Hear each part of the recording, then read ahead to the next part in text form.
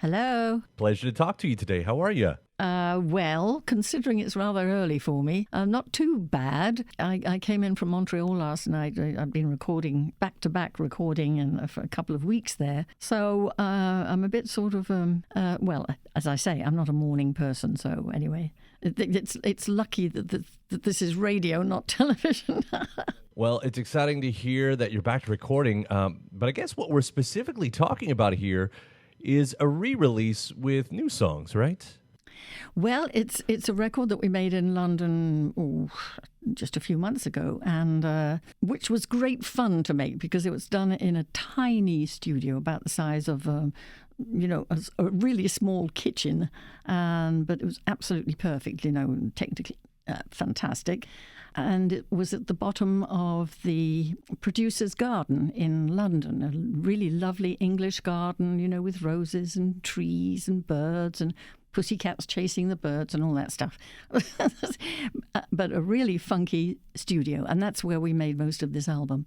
There are a couple more titles that we put on, which were made here in New York. Yeah, one is called The Rainbow, which I co-wrote with Tony Hatch, who incidentally wrote all those great songs for me, Downtown and Don't Sleep in the Subway, etc. And the other one's called Living for Today, which is the title of the album, which I co-wrote with my musical director. That's a very interesting song, where you start with this great groove with the anthem of Living for Today, and then you hit that bridge, and that's where the real knowledge is dropped. Yes. Yes, the bridge is interesting, yes. Now, did the song start with that idea, or did it come later? No, the song started with, the night, this sort of cute kind of opening, hey, I got something to say, and all that side of it. But then the bridge, I wanted to go somewhere else musically, and that's when my musical director helped me with that. And then the lyric just came. I think it was in me, and I just let it go. Well, it's a frustration many people are feeling these days. I think so. I hope it doesn't sound as if I'm preaching to people, because I'm certainly not. I mean, it's just something that I feel. Now, the other song you mentioned, Rainbow, you wrote that with Tony Hatch. A lot of people are really interested in that collaboration. You've written together, so many times with huge success. That must be like writing with family at this point.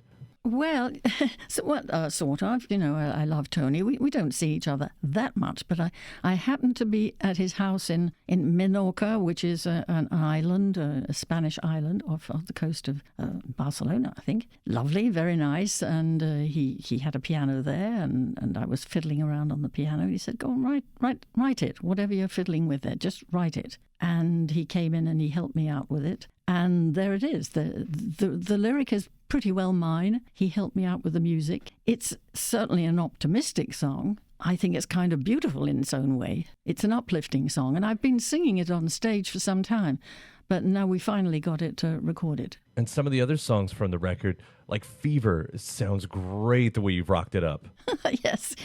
I was very hesitant about that, because Peggy Lee, of course, that was her song. And I loved Peggy, and we became friends. We used to sing together. And when the producer said, let's do Fever, I said, I don't think so. And he said, oh, come on, try it. And no. And I went away for a day and came back, and they had done the track. And they put the track on. I said, what's that? He said, it's Fever. He said, just try it, So I go up to my microphone, and I had a little word with Peggy. I mean, she left us some time ago, of course. And I said, hey, Peggy girl, I hope you don't mind me doing this. This is yours, but I'm going to sing it for you. Okay. And we just went with it. So I don't try to sound like her. Nobody could sound like her anyway. I imagine you have that relationship with a lot of songs because you knew a lot of these folks. You cover Blackbird on here, and you have your history with the Beatles. Do you have to do that often? Ask for inner permission to sing it because of who wrote it? Well, there again, it wasn't my idea. It was the producer's idea. Well, everybody asks me to do a Beatles song. There's that association, the British thing. And I have sung a lot of Beatles songs because they're great. But I've never sung Blackbird. And it's something that you don't hear often. And I was a little nervous about that too, because it's a very delicate song, and I wanted to do it well. So the producer put Paul's recording on, and it was lovely, of course. And then we put it into my key. Then we were sort of creeping towards me singing it.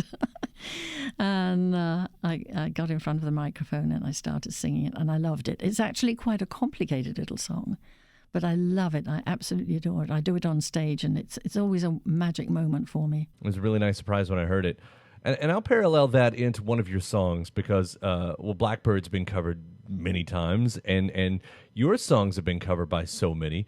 And when you talk about a song like Downtown that even you've redone several times, and you have these songs that follow you through your entire life, like what kind of relationship do you have with a song that's just there every day, forever and ever?